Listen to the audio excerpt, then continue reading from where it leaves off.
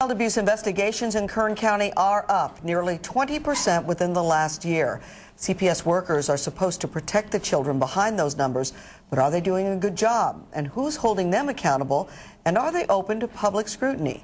17's Alex Valle is joining us in the News Center tonight with answers and a look at Child Protective Services. Alex. Robin, when a child is the victim of abuse or neglect, CPS usually will not comment on the case. Officials say state law doesn't allow them to tell the public if they've been out to the home before or if the child was ever placed in foster care.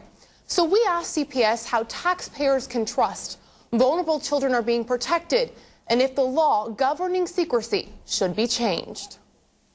I would hear his dad threatening him and running in the house, and then you can hear the screaming and stuff like that. You may remember the case of little Angelo Mendoza Jr. Police say his father bit out one of his eyes and nearly blinded the boy. When 17 News covered the story, neighbors told us they suspected neglect, but didn't think calling CPS would make a difference. Something happened back then. He was yelling screaming at the kid. And you go, wow, that's screamed pretty bad at him. Just last week, another child abuse case. 2-year-old Guillermo Alvarez died after police say he was beaten by his mother's boyfriend. A few times that I got involved was strictly the kids out in the yard playing by themselves, and I used to tell them to get back in the house. 2 years ago, Governor Arnold Schwarzenegger signed Senate Bill 39. One investigator suspects a child died because of abuse or neglect. The bill allows CPS workers to share basic information, like the child's age, where and when the child died. But even with this law in place, CPS usually tells the public and the media it can't discuss details surrounding its investigation because of privacy laws. As many times as people say we're hiding, at the same time we're saying we're unable to defend ourselves. We're unable to share the good work that so many of this county social workers do day in and day out. Bethany Chrisman is the Assistant Director of CPS in Kern County. She agrees with the state's privacy laws and says information about the type of abuse some children are forced to endure should not be released to the public. But Chrisman wishes CPS officials could tell taxpayers what they did to prevent a death or help a child. We always say one death is too many.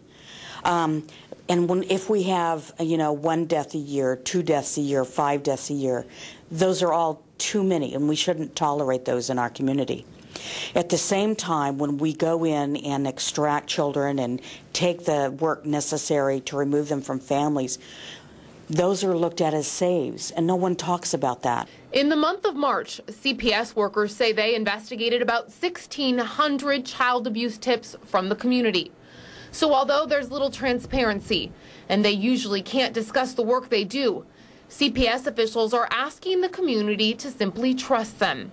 If you suspect a child is being abused or neglected, caseworkers say you may never know it, but you could be helping them build a case, and you may save a child's life. County Supervisor Michael Rubio sent a letter to the state requesting more information and accountability in the Angelo Mendoza case. We'll look at what state officials had to say about that case, and we'll hear from Rubio on 17 News at 6. And if you suspect a child is being abused, you should report it right away. You can call the Child Abuse Hotline at 631-6011. The hotline is answered 7 days a week, 24 hours a day. But if you feel a child's life is in immediate danger, you should call 911. Kiyoshi.